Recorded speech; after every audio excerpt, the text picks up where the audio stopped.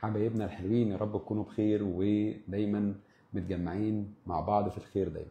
اتأخرت عليكم النهاردة طبعا بسبب الظاهرة الكونية الموجودة، فحبيت ان انا نطلع في وقت بس متأخر شوية، بس ما كانش في وقت كفاية ان انا ابلغكم عشان نكون متواجدين مع بعض.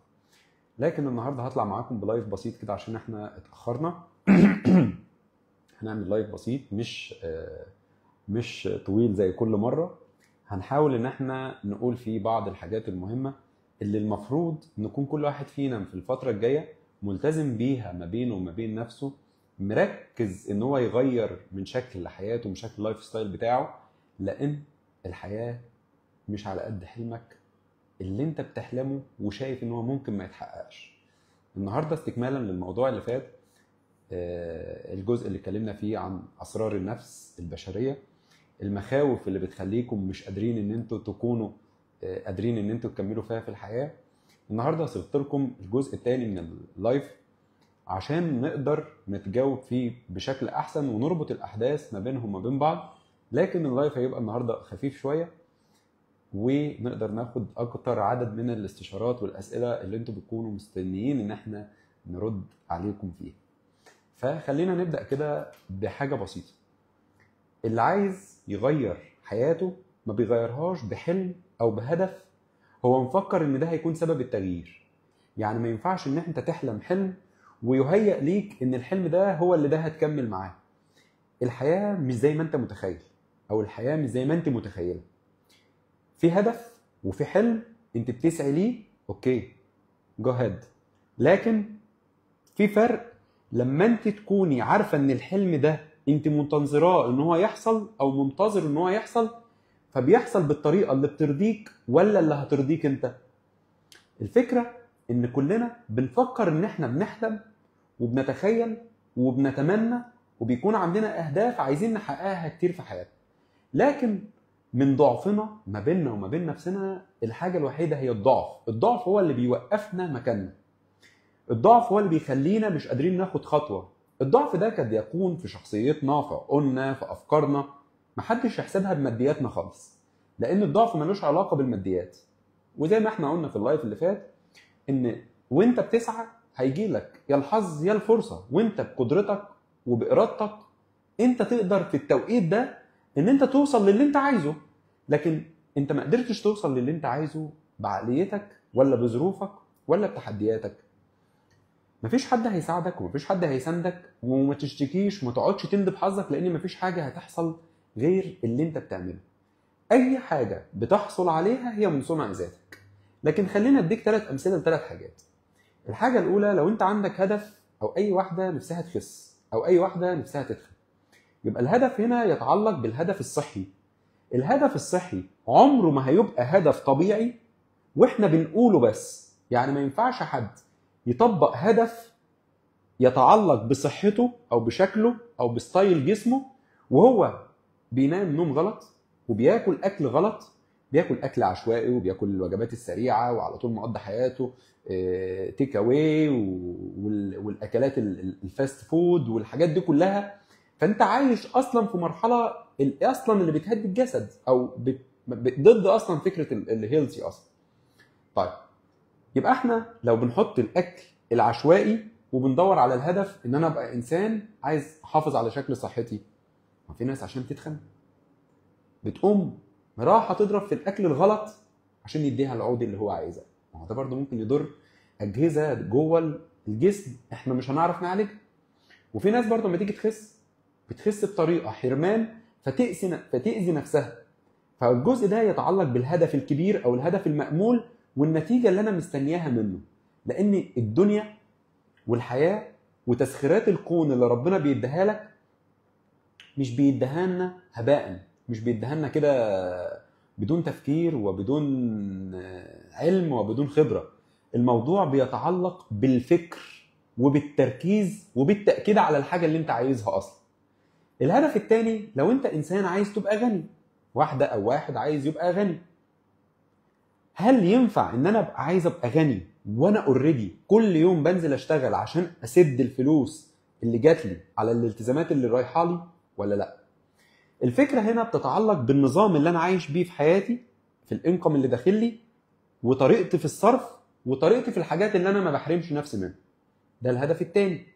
يبقى لا يجتمع الغنى مع طريقه اللايف ستايل بتاع شغلك. انا بنزل اشتغل بكتير، اشتغل بقليل، بس بدفع بالتزامات اكتر وبصرف اكتر، يبقى انا مش قادر اعمل البالانس، يبقى انا عمري ما هفكر في الغنى مهما انا كنت بشتغل بكتير او بقليل. الهدف الثالث، لو انا عايز انجح، يبقى ما ينفعش ان انا ابقى كسلان وبسوف وباجل وانا عايز انجح. طيب ليه انا حطيت لكم هدف الصحه وهدف الغنى وهدف النجاح؟ لان انت لو بني ادم طبيعي ما ينفعش يبقى عندك ما فيش واحد من الثلاثه دول انت عايش ليهم. المفروض اصلا البني ادم النورمال يكون بيفكر ان الصحه والغنى والنجاح هم هدفه، هم اتجاهه، هم الحلم بتاعه. لكن في ناس عندهم خلل وعندهم ايشو في عقلهم، الهدف في حياتهم هم مقارنه الاخرين بنفسهم، مقارنه نجاح الاخرين بنفسهم، مقارنه ظروف الاخرين بنفسهم. والطبقه دي من الناس دي الطبقه اللي بتاذيكم في حياتكم. عشان كده نصحتهمكم النهارده في 10 حاجات لو عملتوهم هتقدر توصل لحلمك بكل سهوله. بس هتقدر وقتها تفكر اذا كنت انت اللي سايق الحلم ولا الحلم اللي سايقك. كنت انت التغيير اللي انت بتعمله في حياتك ده انت محتاجه ولا انت بتعمله عشان الناس هتقول او الناس هتعمل او بتعاند حد او بتفكر في حد بطريقه انت شايفها بطريقه لا ترضيك. طيب الجزء اللي انا هقوله ده محتاج ان كل واحد يركز مع نفسه فيه ويفهم ايه اللي عنده. انا مش بنتقدك، انا مش بلومك، ولكن انا بحط لك نقطه في حته معينه وتركز عليه. فقبل ما نبدا هندي برضو تعليمات للناس اللي لسه داخله. احنا هنقول اللايف، انا هحاول انا انجزه في 10 دقائق او 15 دقيقه ان شاء الله، وابدا اخد الاسئله بتاعتكم والكومنت والاستشارات وكل حاجه انتم محتاجينها. بس الناس اللي بتقعد تكتب لي في التعليقات ان انا هرد ازاي وانا بشرح بق واحد ودنتين.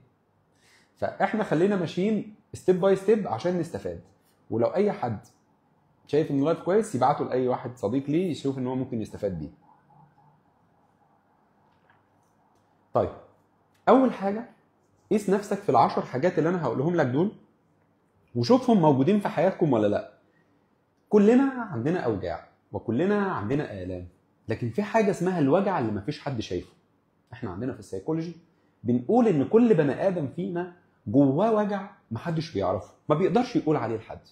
بيكون دايما تعبان، مخنوق، كيلو بانيك، متوتر، مش عارف ينام، مش عارف ياكل. طعم الحياه بالنسبه له لا تعني شيء. هو مش قادر يحس ان هو سعيد في حياته، هو مش قادر كلمه ترضيه. هو من جواه بيشعر بالاغتراب النفسي في وسط اكتر الناس اللي حواليه. السبب ده بيكون بسبب الاوجاع اللي انت مش قادر تقول عليها لحد. عشان دايما كده بقول يا جماعه لازم يكون لينا ولو شخص واحد في حياتنا ما بنتجملش قدامه، ما بنحاولش نظهر اجمل ما فينا قدامه، ما بنحاولش نداري دموعنا قدامه، ما بنحاولش نقول مخاوفنا قدامه. عشان كده انا بنصح اي حد ان هو يدخل الشخص الصح في حياته. بس الشخص الصح ما بيستغلش اوجاعك او الامك او مخاوفك، بل بالعكس هو بيكون سبورتيف ليك وبيحاول ان هو يقلل من الحاجات دي. عشان كده انا بحط لك النقطه دي اول بوينت كده تركز عليها. رقم 1 الوجع اللي محدش شايفه. الوجع اللي محدش شايفه ممكن يوقف حياتك، ده اكيد هيوقف حياتك. لان الوجع بيكون في الم، بيكون في مخاوف، بيكون في عدم القدره على السعي او عدم القدره على الاستمرار. ليه؟ لان بتيجي في وقت معين بتقع وبتنهار ومفيش حد هيفهم انت وقعت ليه. مفيش حد فاهم انت ليه وقفت ما قدرتش تكمل مشروع، كنت هتتجوز، كنت هتطلقي، كنت هتخلفي، كنت عايزه تشتري بيت، اي عربيه كان نفسك، جمعيه عايزه تعمليها، كل حاجه وقفت.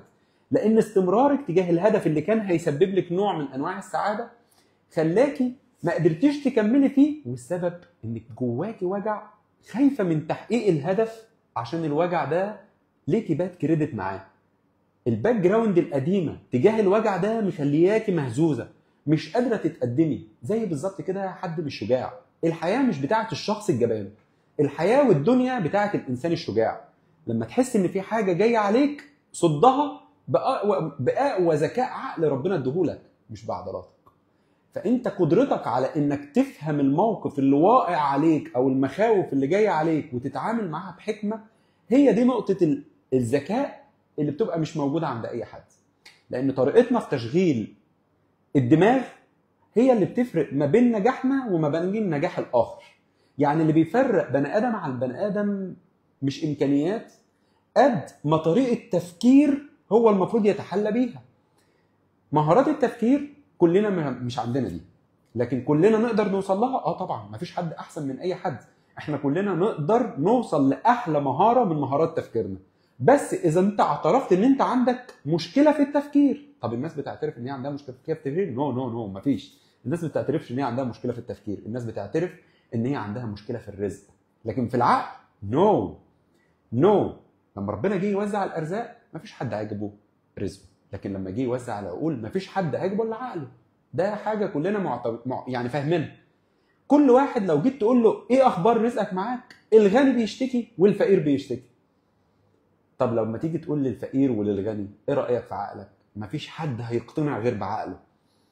حتى الانسان الغبي هيقتنع ان هو اذكى من الانسان الذكي، لانه هو غبي، لان هو ما بيعرفش يفكر. فالانسان راضي تماما عن طريقته في التفكير وحكمه على الامور وظنه بالحياه، فدي خطأ.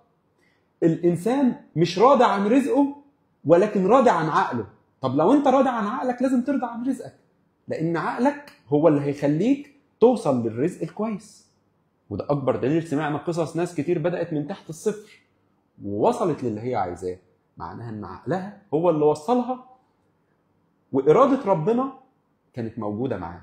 لأن احنا كلنا بنسعى وبناخد بالأسباب، لكن طريقة تشغيل الدماغ عليها عامل كتير.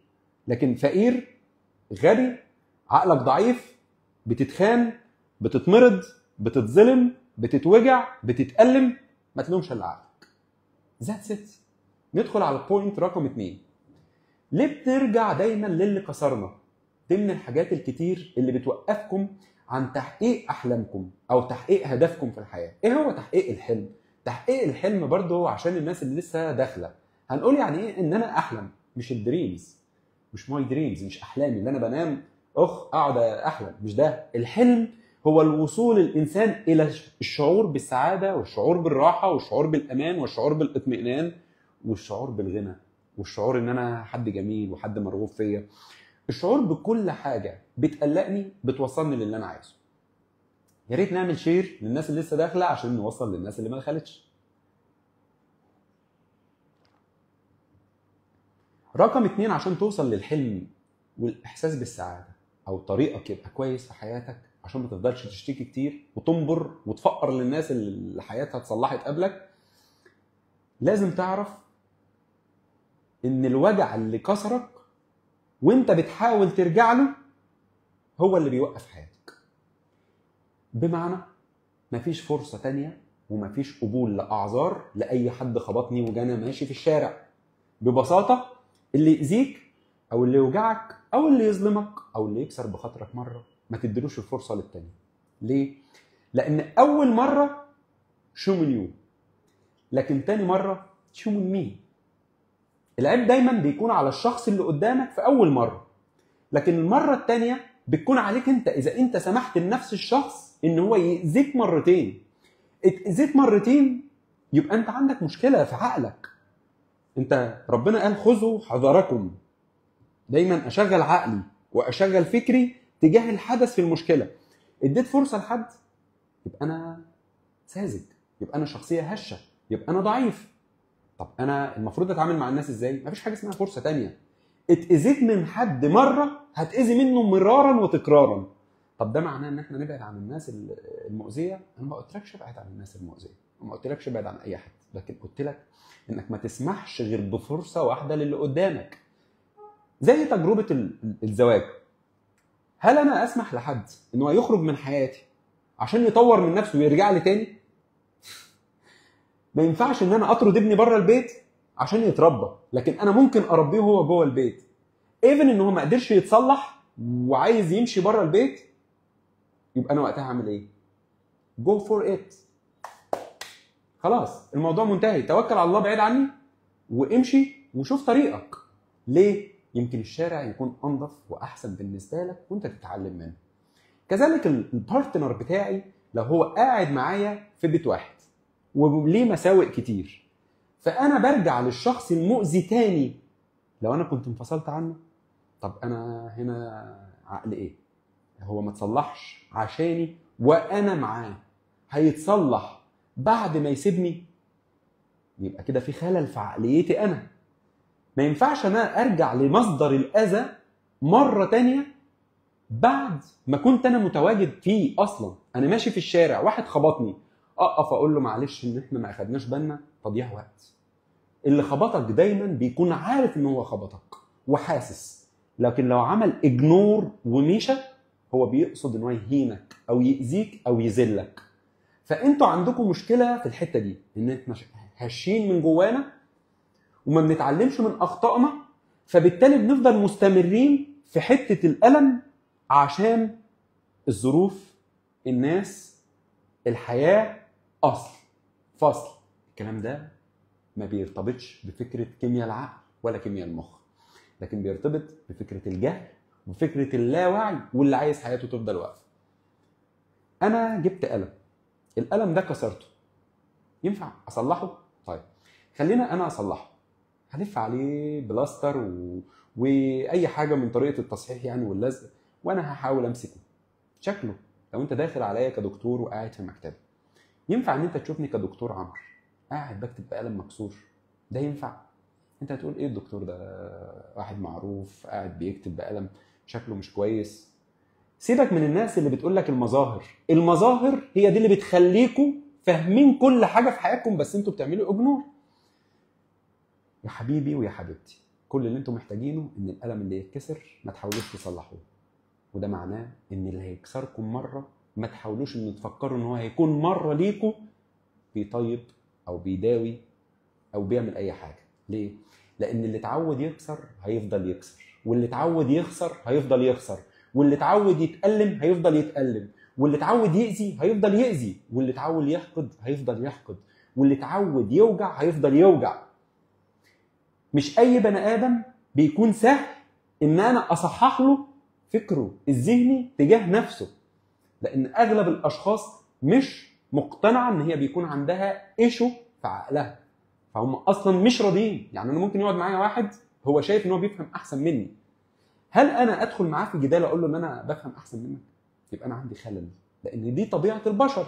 لكن اذا حد اكبر مني، قدي، اصغر مني، وهو قاعد معايا قال لي لا انا معترف ان انا عندي مشكله وان انا بحاول اتعلم منك وبيديني برستيجي، ما انا برضو مش هفرح. لكن هو فاهم ان هو في مشكله وبيروح بحته مهنيه بيحاول ان هو يطورها.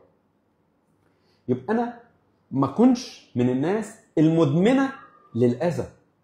انت سمحت للفرصه الثانيه يبقى عن انت مدمن للاذى، مدمن التضحيات ومدمن التنازلات ومدمن الاوجاع ومدمن الالام ومدمن الشكوى. العمر اللي بيروح مع الناس الغلط مع الفرصه الثانيه ما بيرجعش تاني، وكل طريق هتمشيه غلط ما قدامش الا طريق واحد انك تراجع منه عشان تصحح الغلط، هو نفس الطريق اللي كنت المفروض ترجع منه بعد عمر طويل.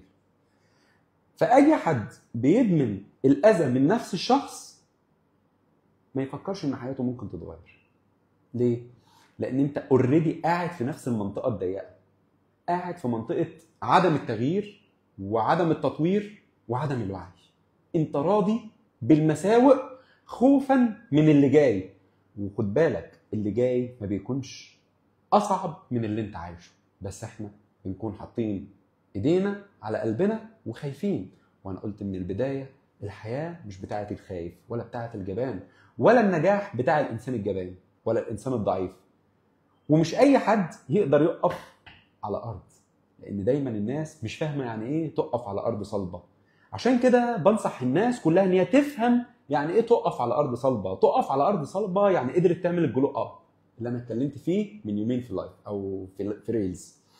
فما ينفعش ان انت تعمل غير 3 حاجات: انك تهتم بصحتك، تهتم بمالك، تهتم بنجاحك عشان تقدر تقف على ارض صلبه. لكن عايز تنجح عشان الناس هتقول عليك ناجح، انت غبي وفاشل ومش هتنجح. عايز تعمل فلوس عشان الناس، انت غبي وفاشل ومش هتنجح. لان الناس اصلا بتحسد الغبي وبتحسد الفاشل وبتحسد الجاهل وبتحسد كل الناس، لان في عبط وفي جهل كتير حوالينا وفي تفاهات اكتر منها حوالينا. وصلت ولا ما وصلتش؟ اهم حاجه ان احنا نكون فاهمين ايه نوع الجهل اللي احنا بنعاني منه. make sense it doesn't make sense. that's it.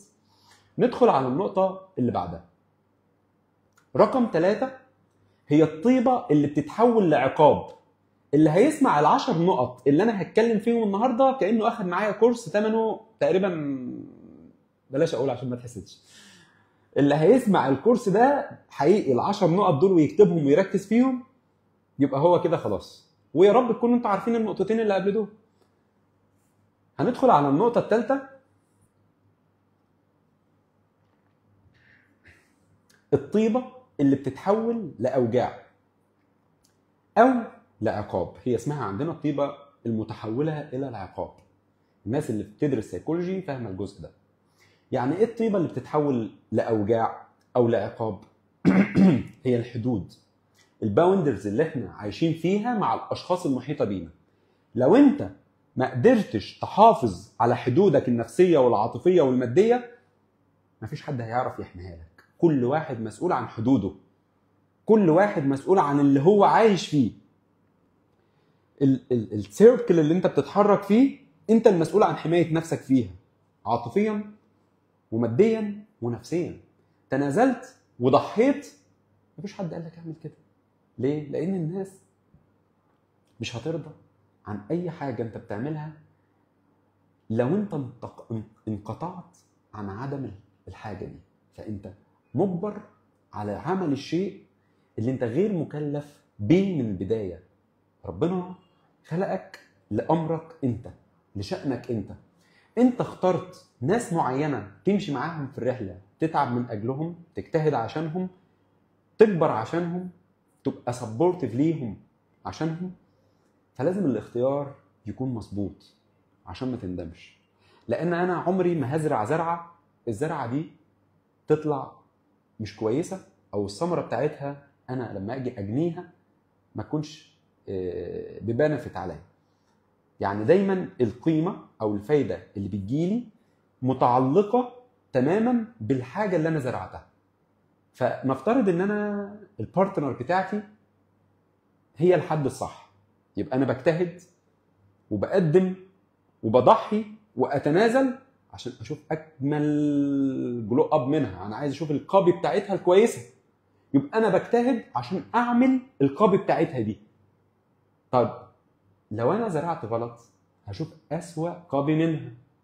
طيب لو انت البارتنر بتاعك انت برضو بتزرعي غلط فيه، مش هتحصدها الا غلط. طب احنا من اول مفيش تكافؤ، برضو هناخد الغلط. يعني الفكره كلها فكره ان انا من الاول المفروض كنت اتعلم ده. طب الغلطه غلطه مين؟ غلطه الاهل. وانا النهارده بوعي اي حد حاضر في اللايف، ربوا ولادكم صح وفكروا في حياتكم صح، وما تخافوش من حد، وما تخافوش من كلام الناس، وما تستعجلوش على اولادكم في الجواز، وما تستعجلوش على اولادكم في الافكار المغلوطه اللي احنا عايشين بيها. احنا في ايام وتحديات عصريه. يعني زمن العولمه، يعني خلاص احنا كنا بنسمعه وبنذاكره من 20 سنه ولا من 15 سنه، احنا اوريدي عايشين. فاحنا المفروض نعلي فكرنا شويه ونخرج بره الاطر اللي احنا عايشين فيها اللي مش بتقدم ولا بتفيد. اعملوا حدود في حياتكم، واللي ما يعرفش يعني ايه حدود يقرا ويتعلم ويفهم. رقم 4 الفراغ اللي بيضيع شغفكم تجاه الشيء. ما ينفعش انا كبني ادم عايز انجح، عايز احصل على جسد كويس، عايز اتغنى، ويكون عندي فراغ وما بستخدموش صح. الفراغ هو عدو النجاح، الفراغ هو عدو الصحة، الفراغ هو عدو المال. ما ينفعش انسان عايز ينجح او عايز يبقى كويس في حياته شكلا ومظهرا وجسدا وهو ما بيتعبش. مفيش واحد ما بيروحش يلعب رياضه وعايز جسمه يبقى حلو، هنمرنك في السرير. مفيش واحد عايز يجيله فلوس وهو بيخطط للفلوس غلط. هو كره نفسه في فكره المال لان طريقه الانكم بتاعه وطريقه الصرف بتاعته غلط، اللي جاي اكتر من مصارفه. فبالتالي انت هاو كم هتعملها ازاي؟ فانت اهم حاجه انك تحدد وقت فراغك. الانسان اذا كان عنده وقت فراغ ما يلومش على نفسه، ما يجيش يقول بقى انا مش حاسس بطعم الحياه، ومعناك ان انت قلت لي ان انا عندي فقدان شغف على طول كده عندك فراغ. فقدان شغف يعني فراغ، فقدان شغف يعني انت ما عندكش حاجه بتعملها لنفسك كويسه في يومك، السكيلز بتاعتك ضعيفه، شخصيتك ضعيفه، ما عندكش افكار، ما عندكش حاجه بتطور بيها لنفسك، ما بتحاولش ان انت تجتهد، انت كسلان، انت قاعد تعمل سكرول كده طول اليوم على السوشيال ميديا وتراقب وتتفرج وتقارن وتحبط نفسك وتذل نفسك قدام شاشات الموبايلات، وبالتالي انت ما بتتقدمش وعمرك ما هتتقدم ولا عمرك هتعمل حاجه. الحياه الاوتوماتيك او الحياه الاوتوماتيك هي اللي بتضعف الانسان، لكن الحياه اللي فيها تشغيل هي اللي بتوصل الانسان. رقم 5 هو الجزء اللي مرتبط بالموضوع ده، الخوف. الخوف بيبوظ اي حاجه، بيبوظ العلاقات وبيخرب المال وبيخرب النجاح. انا عايزك تخاف، بس الخوف اللي يخليك تتحرك.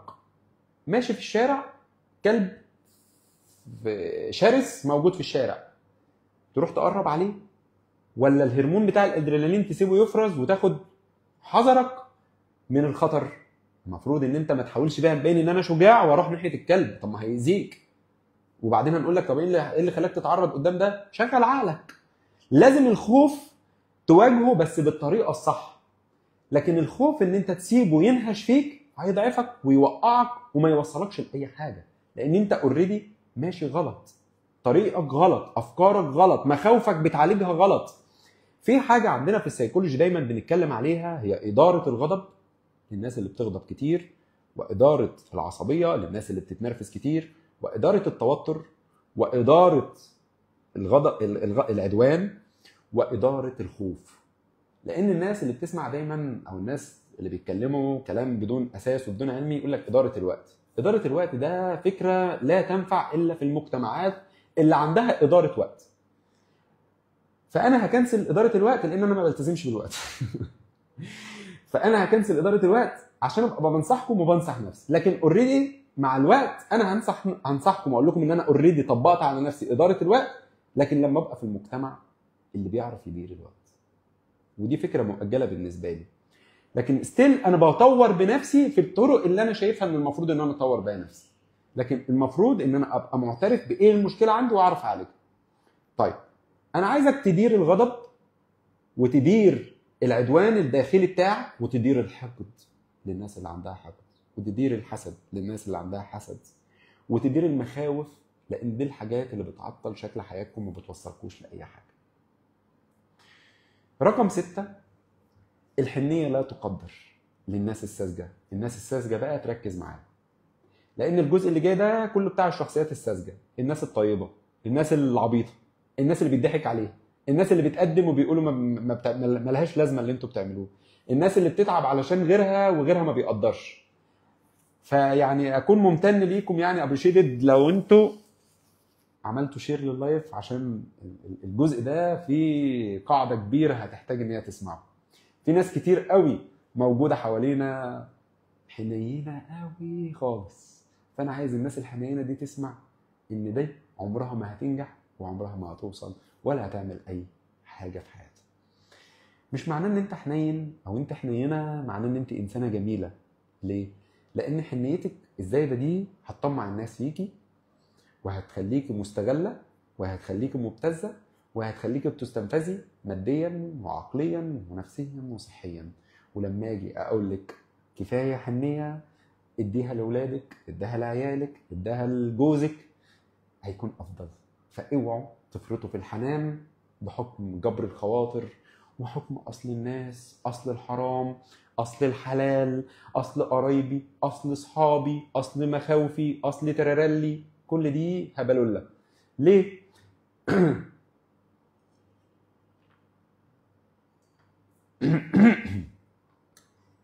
لما انا بقدم الحنيه لازم اقدمها للشخص اللي يستحقها ويستاهلها. يعني لما اقول لواحده اتدلعي على جوزك، او بينوا له انوثتك في الكلام وفي الهزار، مش تبقي السيد الجعر وانت بتتكلمي معاه، عشان يحبك وما يخونكيش ويضعف قدامك. لان قلب الراجل وعقل الراجل ما بيفهمش غير الحنيه، غير الدلع، غير الهدوء، غير السكوت. هتقولي لي اصل هو، قلت لي اصل هو، تبقى انت هنا عليكي اكس وما تسمعيش اللي انا هقوله. ليه؟ لان انت لسه ما فهمتيش اللي انا عايز اقوله. ففكري قبل ما تقولي، فكري الاول وفلتري عشان تفهمي.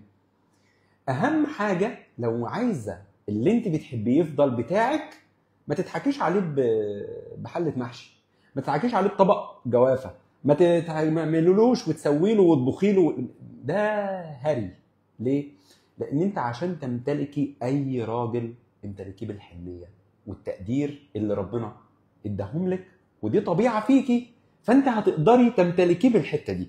هدوءك، رضاكي ليه، محاوله ان انت تباني قدامه الحد اللي خايف عليه، بيقدره، بيحترمه، بيطبطب عليه. لان هو ده الراجل. الراجل اصلا ما بيفهمش اصلا غير الجزء ده. فلو انت حاولت تباني قدامه ان انت شرسه، ان انت قويه، ان انت شديده، هو مش هيخاف منك، هو مش هيعمل لك اعتبار، هو بالعكس هيشوفك واحد صاحبه. فما تزعليش لو خانك، ما تزعليش لو عرف عنك واحده تانية، ما تزعليش لو انت شفتيه بيقدر الناس عنك، لان هو دايما انت بتشيلي كريدت من اللي عندك.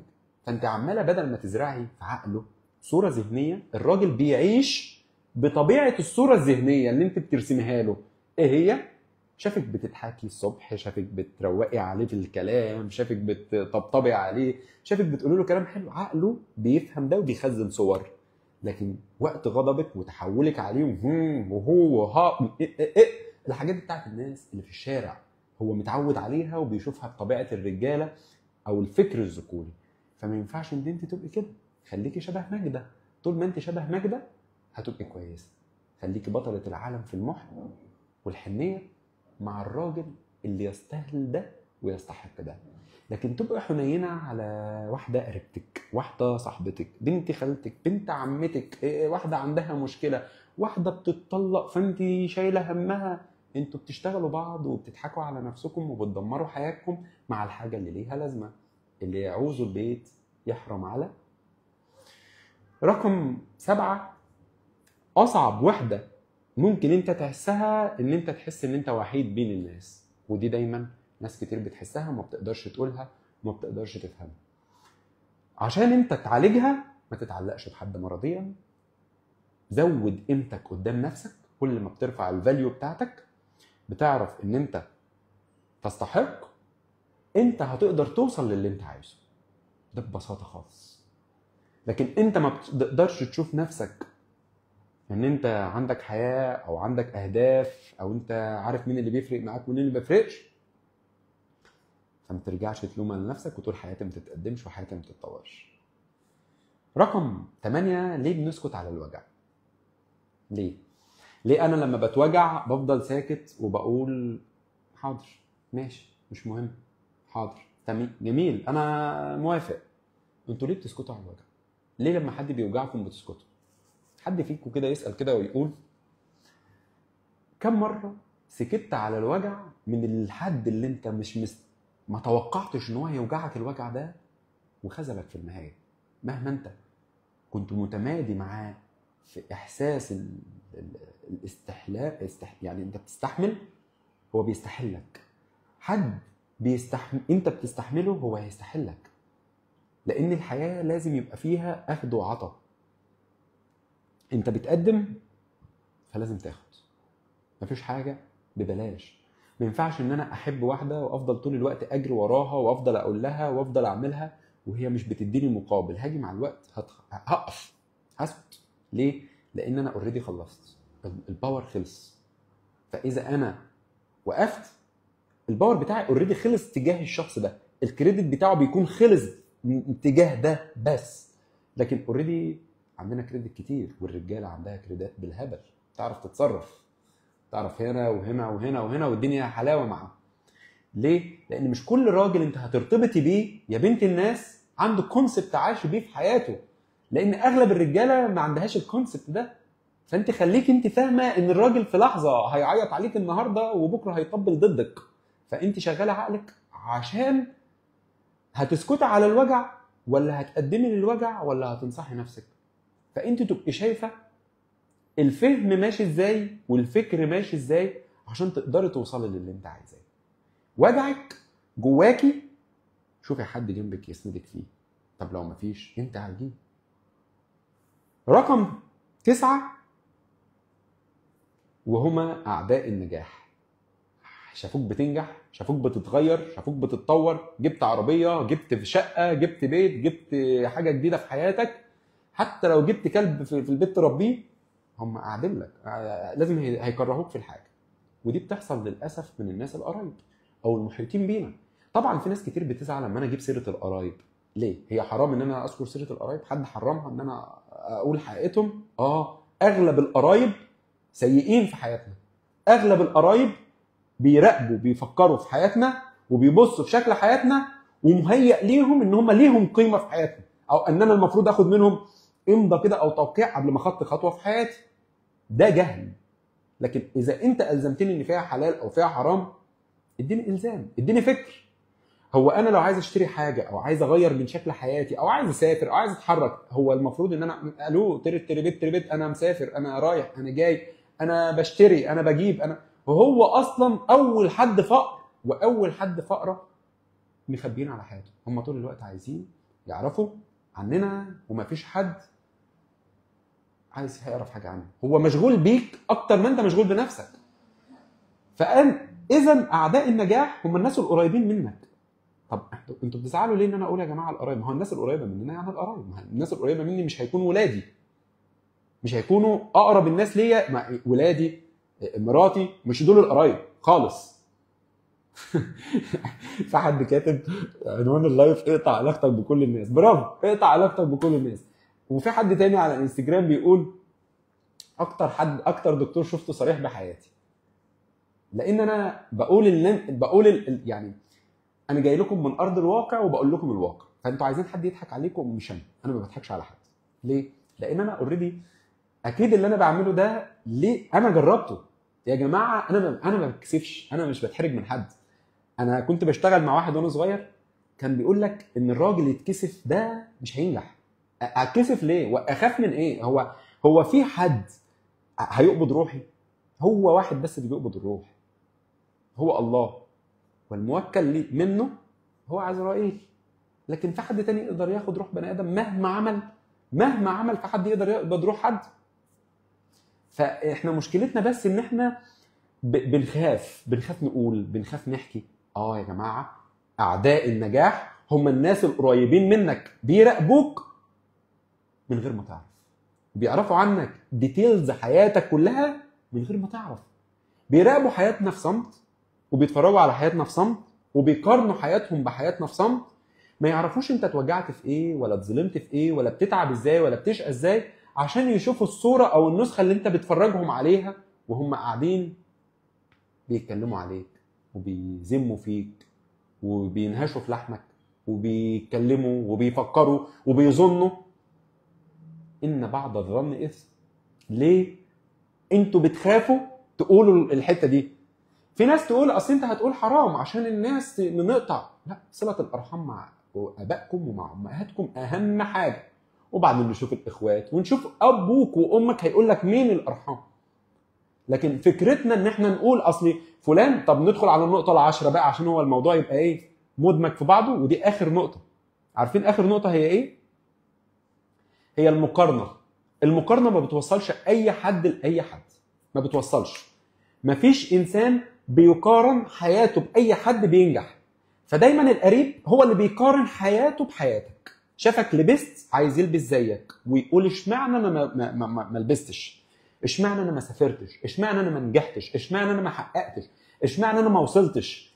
فدايما مفيش حد هيحقد عليك غير اقرب الاقربين ليك، حتى لو كان لسانه معسول. انا ما بصدقوش. واي؟ لان اغلبهم بيقولوا عكس اللي جواهم. واي؟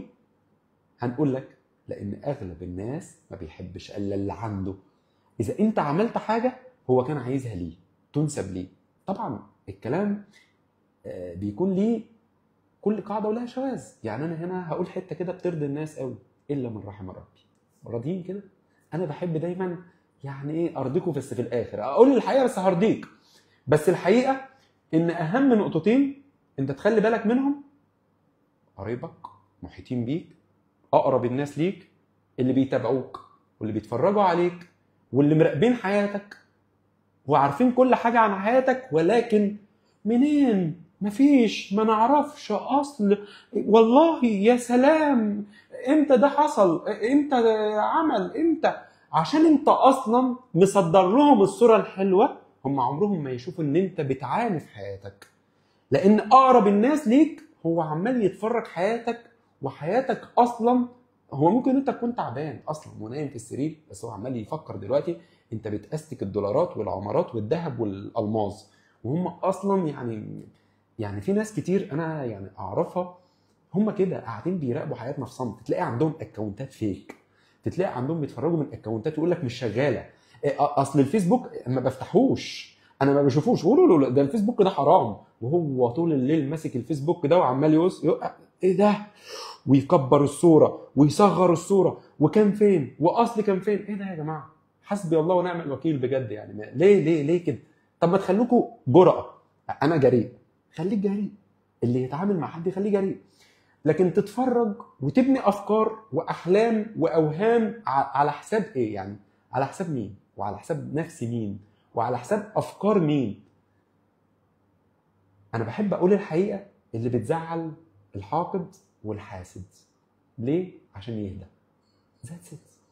انا قلت ال10 حاجات اللي بتريح حياتكم وبتوصلك او بتوصلك للي انت عايزه.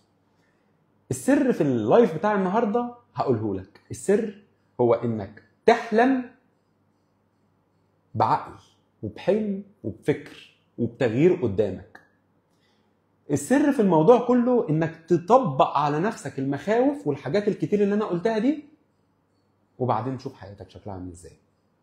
السر هو انك تغير شكل حياتك جزء جزء. عايز تبدأ بالاهل، عايز تبدأ بالاقارب، عايز تبدأ بالصحاب، عايز تبدأ بيك انت نفسيا، ابدأ. المهم ان انت ابدأ النهارده احسن ما تبدأ بكره.